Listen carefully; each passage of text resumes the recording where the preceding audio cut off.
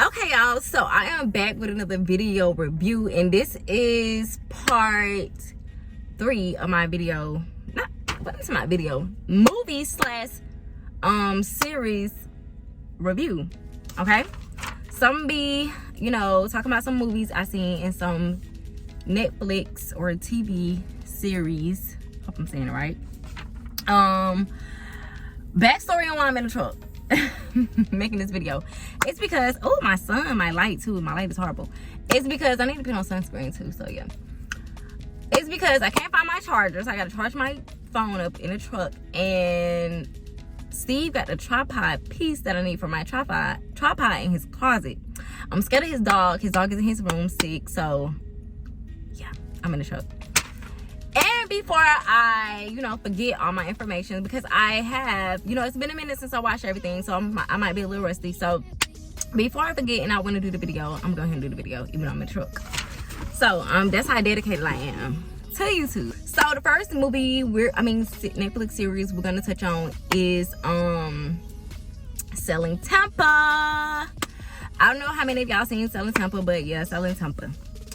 It was okay, and I feel the same way DJ Envy felt. Like, DJ Envy didn't say nothing, because that's what I was gonna touch on too. Like, the quality of Selling Tampa, the quality of it is just give you like kind of like almost like low budget. Like, it don't give you like, I haven't seen the other Selling whatever DJ Envy had touched on, and he was like the quality of the, you know, everything just just look better than Selling Tampa.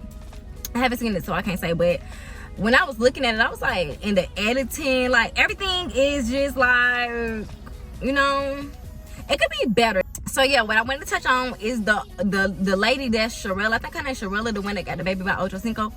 I wanted to touch on her best friend or sidekick, whoever she is. I want to touch on her. Like, she seemed like a little, she was giving me hater vibes, you know, like worrying about what the girls got on. I hate a person that always worrying about what somebody else got on. Like, girl, like, let them people sell the houses how they want to sell them, no matter what they got on.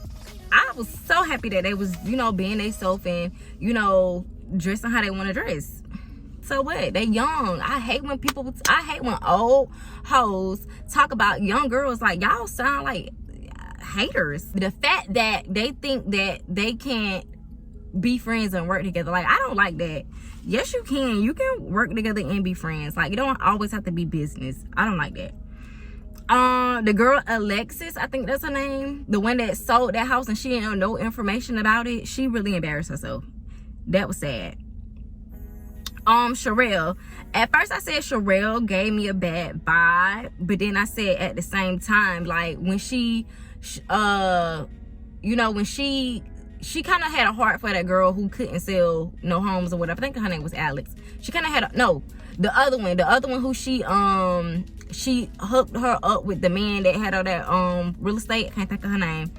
So anyways, when she did that for the girl, even though the girl, she still failed. She failed the test because the other people had to, like, you know, she had nobody there to show the house to. Like, it was all the other people that had their people there to show the house to. So she still failed. But anyways, when Sherelle did that, you know, I was like, okay, because at first I wasn't really fucking with her because she just rubbed me the wrong way. But then when she did that, I said, okay, she kind of have a heart. But then when she told the other girl to get on her calendar, like, bitch, get on your calendar. We right here the same, like, girl, let's hash it out right now. Like, why do I have to get on your calendar? And then the other girl too, she said the same thing to my, get on my calendar. The grandma, get on my calendar. Bitch, get on your calendar. That is so disrespectful, talking about get on your calendar. I don't like that. What I can't say about the grandma, I can't think of her name right now, but she don't look old. She look good for her age. She look really good for her age. Another thing I wrote down on my paper is I said black women are so shady, because they was like really shady to each other. But I said on the other hand, I like seeing successful black females. Like, I like the whole fact that she got her own brokerage. I like that she got, you know, nothing but black and brown women working for her. Like, I like that. The lady who was trying to steal the workers from Sherelle, I don't like that. That was so messy of her. So messy. The another thing I had wrote too in my paper, I was like, if you don't like working somewhere, if you don't like being around these people, then leave. Why would she not leave? Why she just didn't leave? Like, girl, you give me user vibe. Okay, y'all, I'm back to add to the Selling Tampa. Sharella, I think that's her name. I'm bad with names. The one that got the baby by Ultrasyncos.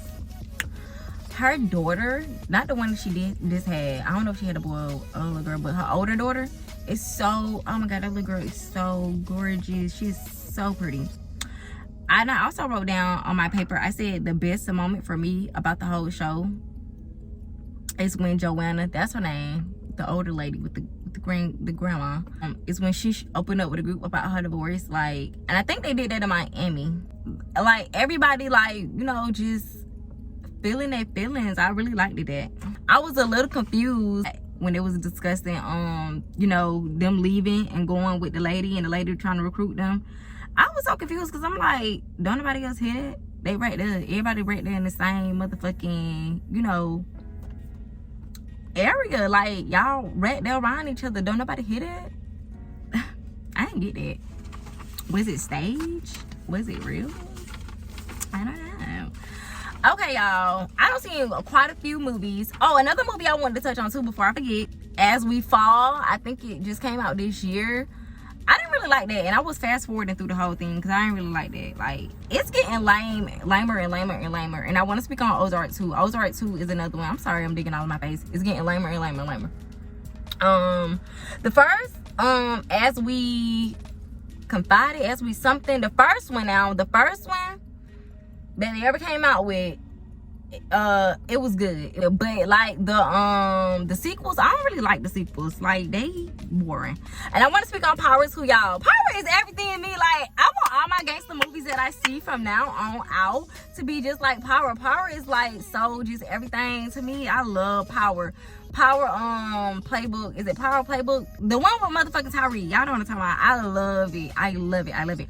Oh, and everybody talking about Diana. Everybody want to talk about Diana, but ain't nobody talking about Mary J. Blige. That she don't kill Zeke girlfriend, mistress, whatever the lady was to her, the school teacher. Everybody, ain't nobody talking about that. Like, I knew she was gonna kill her. Soon as she told her, she was like, Zeke ain't gonna never come back to me long as you here. Some mess she said that, like, I knew she was gonna kill her. She gave her that look, and then boom, the lady did. I don't know. Now I can't say. I don't know. I'm speculating, but I feel like she killed her and the lady ain't kill herself. But she trying to make it seem like the lady killed herself. But ain't nobody talking about that. Anyways, I want to touch on too. Well, I don't know why I'm touching on these early, but I want to touch on Playboy too because I've been watching the Playboy series and it just started. But I don't know. Like, I do not know, because I got the same question everybody else got. Why now? Why come out with it now? I don't want to hear that.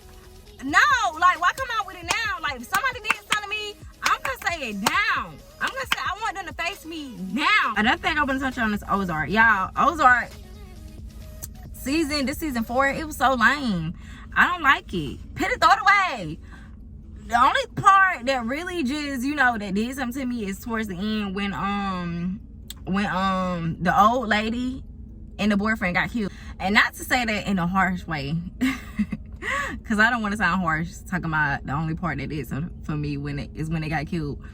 But the only part that was kind of like, you know, it was entertaining. It like caught your attention. It made you like say, oh my God, you know, like what's gonna happen next? Like, that's the only reason why I would watch Ozark again, just to see what the girl is gonna do with the curly hair, the one that talk real country. That's the only part.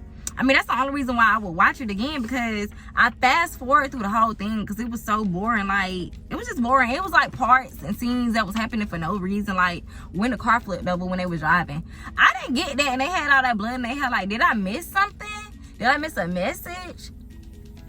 And then what happened to the kids? Were they dreaming? I don't get it. Let's get started with Woman of the Movement. Let's talk about the movie a little bit first. I heard somebody else say this about his body, like, damn, like how, you know, they felt like his body should have really portrayed like how he looked, and it should have been looking really bad in that casket. I feel the same way, because it just looked like the body was submerged in water. Not his real body, y'all, but the one that was on the series, the TV show. It looked like he just been submerged in water and that was it. Like, it went really like reckless, like how he really looked in real life. Like, they should have did better. The first half of the movie, like when he went off to Chicago and when, you know, the people took him, like, that was, like, really good. But then it started getting kind of, like, boring. Then I had already, you know, read up on it and seen other documentaries, so I didn't really want to watch it no more. I had wrote down on my paper, I said, I felt like when she was at that, when she was at the dinner table, I felt like she should have followed her mind and didn't let him go, because she already had a bad feeling. And she didn't want him to go. And I felt like, mamas, when y'all got a bad feeling, follow your mind. I also wrote on my paper, I didn't know he had a disability, and I didn't even know he caught polio. Like, I feel so sorry for him. I had learned something new. And then I didn't know a lot of stuff that they did to him too, like torturing him wise, and a lot of bad stuff they did to him, like shooting him, and just a lot of stuff they did to him. I did not know they did all that to him. I was really shocked and taken back by when the mama was telling him, like, kneel if you have to, and bow your head when you pass the white person. But then I also wrote, I said, you know, I can't feel no type of way about it, because that was the times they was living in, you know, like, that's what they had to do to survive. I said, I feel like they should have never told him to go in that store. They should have never ever told that boy to go in that store, knowing what type of time they lived in. If you got to bow and kneel, you already know not to tell nobody to go in the store. That's a setup. And do all and flirt with nobody and play around with them people in that time that they was living in, man. That shit was dumb. They should have never ever told that boy to go in that store and do that. They should never even encouraged that at all. Never. The store owner, the husband, who wife was whistled at or whatever, I said that he give me, I forgot the store name, can't think of the store name, but I'll put that down so y'all can know who I'm talking about. I said that the husband gave me, like, controlling vibes, abusive vibes, and jealous vibes. Like, he really gave me that. If this part really happened, if he was on the phone with his mama and he knew what he had did and what was going on and stuff like that, I said that he really should have told her. He really should have. But I also said, you know, kids gonna be kids. They don't want their mama to know stuff, and they don't want to get in trouble. So the fact that they knew that word was going around that some had happened at the store, I said that they should have told somebody, man. They should have told their grandpa. They should have told somebody, so they could have got that little boy out of that motherfucking town, man. I used to question myself a lot, because I used to been here about the story, but I really never, like, dug into it. But I used to be like, why nobody never fought? I thought his mama was actually right there. That's something I learned new, that she was never even there. She was all the way in Chicago. I thought she went down there with him, but I used to be saying, like, why they never fought back? So I watched the documentary, I said, oh, I see why they didn't fight back. Them people came in there with guns, they was armed, then, you know, the Jim Crow laws and all that. I was like, they probably would have got killed themselves, trying to, you know, take up for him and help him. Like, it was just kind of like a lose-lose situation. I hate that happened to him. I felt like he wasn't mentally ready to travel by himself. Like, I really feel like he should have never went nowhere without his mama. And that's on period. Especially her knowing, like, you know, the South really good, you know, better than him. She broke down at that motherfucking train station. Lord, I almost started crying, y'all. I felt that, man. And yeah, that's all the movies I'm gonna touch on. So yeah, like, comment, subscribe, check out our other videos. Leave me a comment below. Yeah, until next time, deuces. Hope y'all enjoyed.